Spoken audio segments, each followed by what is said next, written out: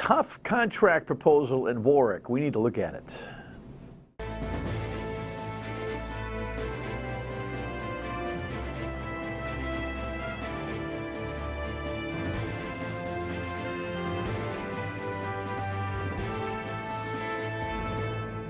The Dan York State of Mind program is brought to you in part by Lookout Rhode Island and Taco Comfort Solutions.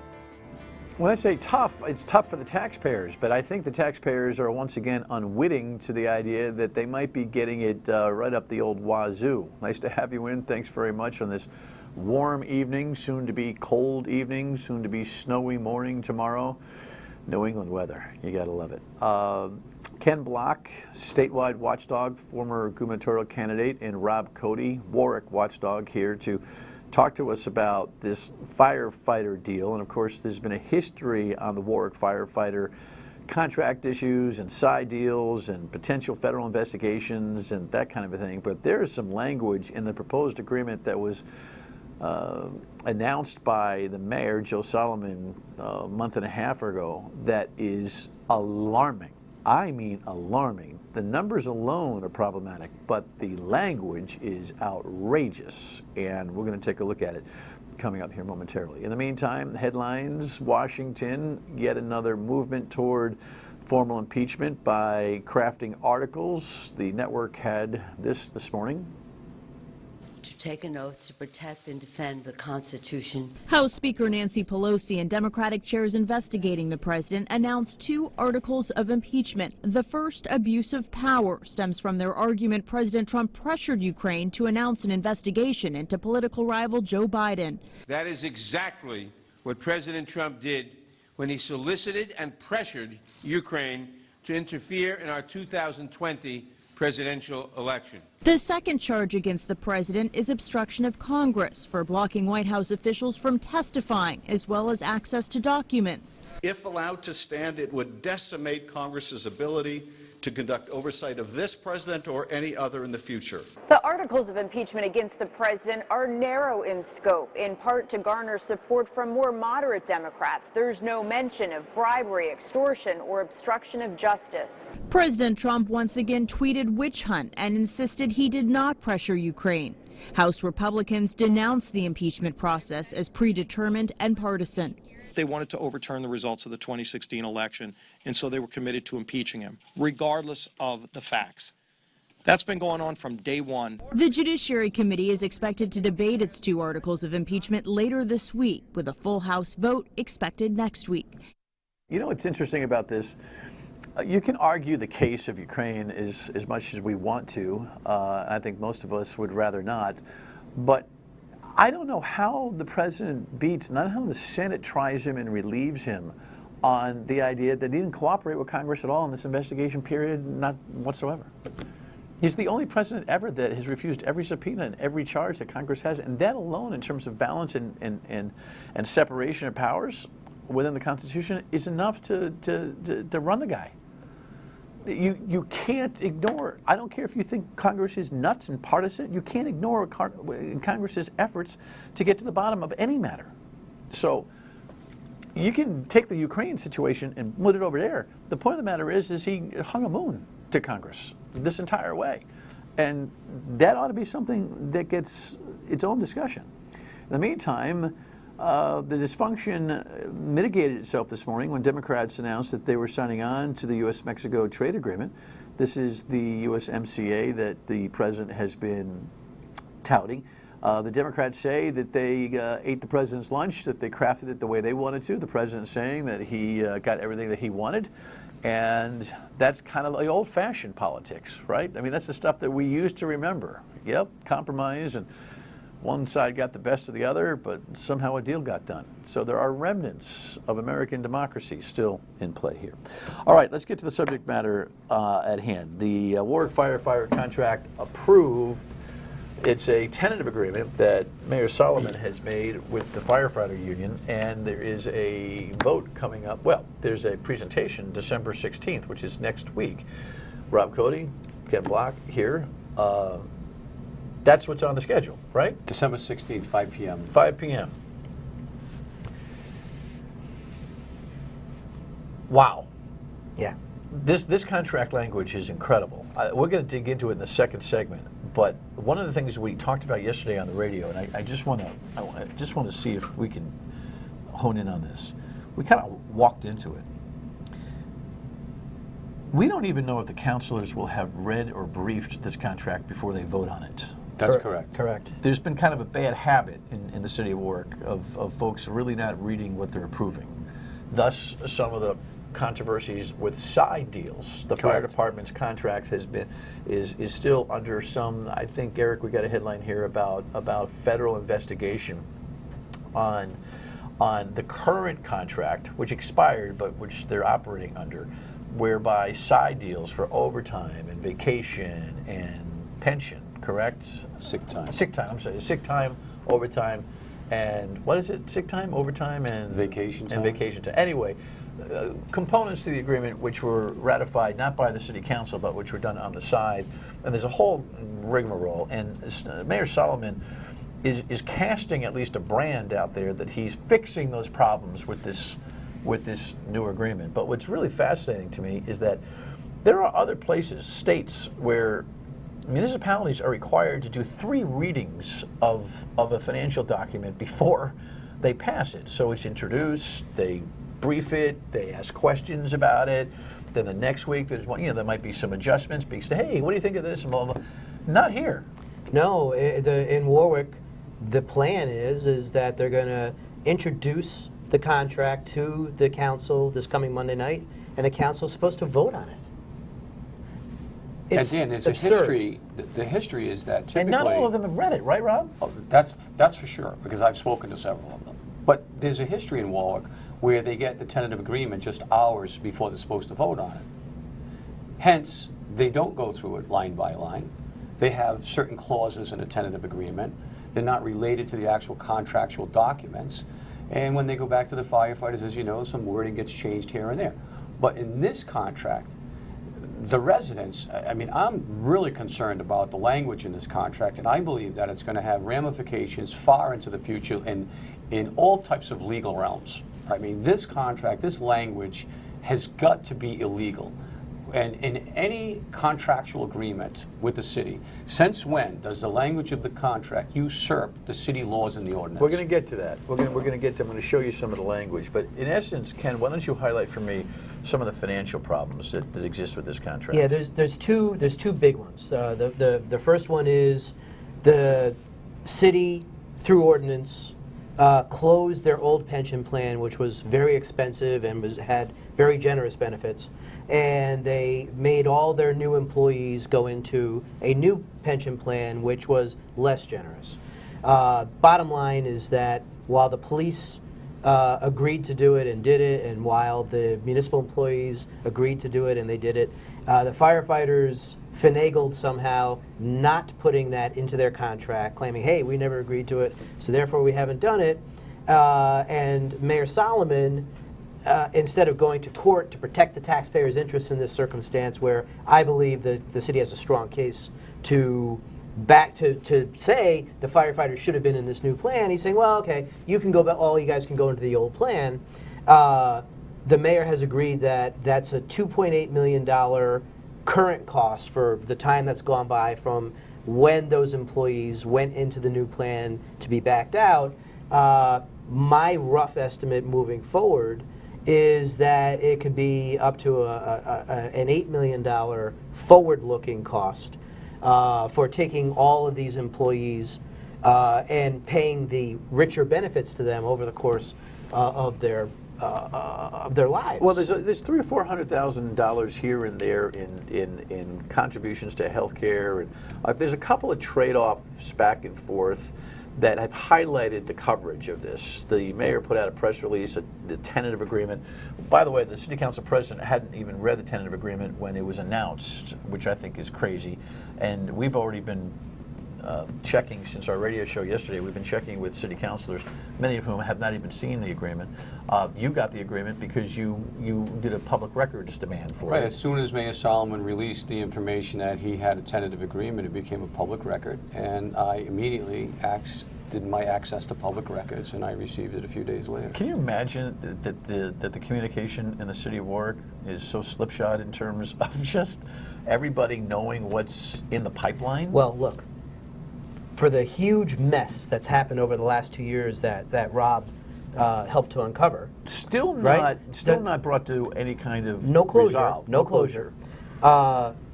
What's happening now is exactly how all that previous stuff happened. It's by a disengaged city council who's not digging into the issues, not taking the job seriously, not protecting the taxpayer interest, and frankly, a mayor who doesn't appear to have the taxpayer's best interests at heart. All right, when we come back, we're going to take a look at what could end up being a double standard and potentially litigatable. And then you're going to see some language that really ought to give you pause. Stay with us. That is the mayor of Warwick, Joe Solomon, who has created a tentative agreement with the Warwick firefighters that, amongst other things, reinserts new hires who are in this Tier 2 pension program back to Tier 1. I know that's confusing for you, but in order to save money on the pensions, they said, okay, new employees will have to work 5 more years to get their pension. Let me make it that simple. And now all those employees are being rolled back into the old guys 20 years. Correct. But Dan, what's important, And there's probably other nuances to it, right? Yeah. But is that language was in the 2015 contract, and it was shown to all the members, and they agreed upon that they're going into the new pension system called the Tier 2. And in November 2016, they hired 24 more firefighters that were legally bound to that agreement. because there was an ordinance There was that was an created ordinance. by the city council, Correct. a law that enabled the contract. Right. Let's show you this, and don't roll your eyes. This is something you can easily follow. Here's some of the language in the proposed contract. Any changes in the pension ordinance that Rob just referred to shall not, subsequent to July 1st, 2018, shall not change the terms of the agreement. The parties acknowledge that any change to pension benefits are a mandatory subject of bargaining. Once any agreement has been made with respect to any such changes, the pension ordinance shall be amended to reflect those changes. The tail's wagging the dog. Yeah, so It's incredible. for those of you whose your eyes are rolling in the back of your head, you elect a governing body known as a city council. They create the laws that enable contracts to be written. This contract language, including this change of pension out of the blue, suggests that it changes the law. That is not constitutional. No. It's not statutory. There's no basis in law to do that. There's no basis in law for that to happen. Correct. And Dan, what this does is this language says that any contract made in the future will supersede the legislative branch of government. Yeah. How is that possible? What is Mayor Solomon thinking? And he's a 6 lawyer. city council members? Well, The city council president, Steve Marola, who I'm going to have on the radio tomorrow on this, is a lawyer. Yep. There are other lawyers on the city council. and the city council solicitor, who, by the way, Mr. John Harrington, missed all of the nonsense in the last contract. So we're supposed to have that nice, warm, fuzzy feeling that this cast of characters is going to catch this stuff and end it. Yeah, but you're notorious for going to the council, and Ken, you've been there too. By the way, you're a Warwick business taxpayer. Correct. You live in Barrington. You are a Warwick resident. I've never seen anything like that. So couple the idea that there aren't a few readings before a contract is approved, and add this language, which, unless you guys bring it up, gets lost. I mean, it's a 5-alarm fire. That's correct. On this contract. It's illegal. Yes. You can't do that. You Correct. can't, a contract cannot dictate what the government laws are. The contract must abide by the government laws. Correct. The people of Warwick ought to be standing on their heads. Dan, this has regarding this. implications for decades. For decades. If any ordinance is now passed by future city councils, are we to suggest that the next mayor or the mayor after him writes a contract, that contract is going to supersede law? And that's what this mayor is suggesting? And Ken, talk about this because you've done a lot of good government stuff. You know, we got the master lever, in part to your great work. We're still working on line item veto. I would suggest, by the way, that this municipal multiple reading before contracts are approved thing ought to be something that could be in your hopper, because if all the cities and towns in the state are doing this, that is really, really a problem. Yep. But the idea that this is happening, is there nobody on a broad basis, statewide office holders, who would be interested in taking a look at this and saying, wait a second, guys, you can't do this? Like, I'm almost thinking that Peter Nerona, the Attorney General, who has a civic, a civil responsibility in addition to a criminal responsibility, should look at this and advise that can't be done. Right. I mean, or you end up running to court, right? So I don't know. Who's going to run to court? Well, that's right. I don't know that anybody but the council could do that. However, if by some really horrible governing, the council would approve this contract in its current form, I would absolutely go to the Attorney General's office and say, look what just happened. This can't pass legal muster. What do we do? I would absolutely ask that question. But you would think that question has already been asked, since the council president and the council finance chairman have this contract now. My thought is, why haven't they already gone to Peter Nerona? They know they're in for the fight of their life on Monday night. They know that they got 6 votes that are in Solomon's back pocket. Why haven't they taken this already for a legal challenge? That's what their job is to do, and they haven't done it. Look, the lawyers on the council, honestly, it seems to me that the legal theories behind this are pretty straightforward. It would seem to me that any lawyer should be able to look at this and determine that it doesn't work. You don't need to be a lawyer. Yeah, I'm not a lawyer. I read that and I say, okay, you're telling me that a contract that I'm supposed to sign changes the city law. Correct. It can't. The contract that I'm supposed to sign should abide by the city law. That's correct. That's correct. And if you want to return new fire pension earners to an old format, you then must change the law, because the law was established in 2015 to create the context for the new agreement that created the 2 tiers. Correct. Look, the Warwick Firefighters Union apparently has very little regard for city ordinances, right? All of the mess that we've seen over all due respect has all been about that. All due respect to that thought, I mean, everybody should be law-abiding. They're just looking for their numbers. I mean, that's not... The tension in this ought to be that the mayor is abiding by law. You would hope. Or if he has a different feeling about what ought to be done, he needs to petition the city council to change the law to enable the environment for the contract to then be So the really amended. fascinating thing for me was Solomon, right? So Warwick Mayor Solomon used to be Warwick City Council President Solomon. Who signed on to that ordinance that is in existence today that he wants to circumvent. Right. So he was the city council. So for him, as now the mayor, to try to eviscerate the city council really doesn't make any sense to me. I don't understand it. I don't understand how, in his role as multiple roles, as president, as mayor, as a lawyer, how he can take this product that he's submitting to the council this coming Monday and say, this is good for us. So when we come back, what about the other unions? Because, what's good for the goose, right? Stay with us. So the Warwick Fire Department is looking to get a contract ratified. They have a tentative agreement. We've already gone through the major problems with the numbers. You say it's about an $8 million going forward expense for the taxpayers to redo that which a little bit of financial austerity brought to the table in 2015 to create 2 tiers of pension payments for current firefighters. Something that was contracted, well, was ordered by statute and the contract reflected, right?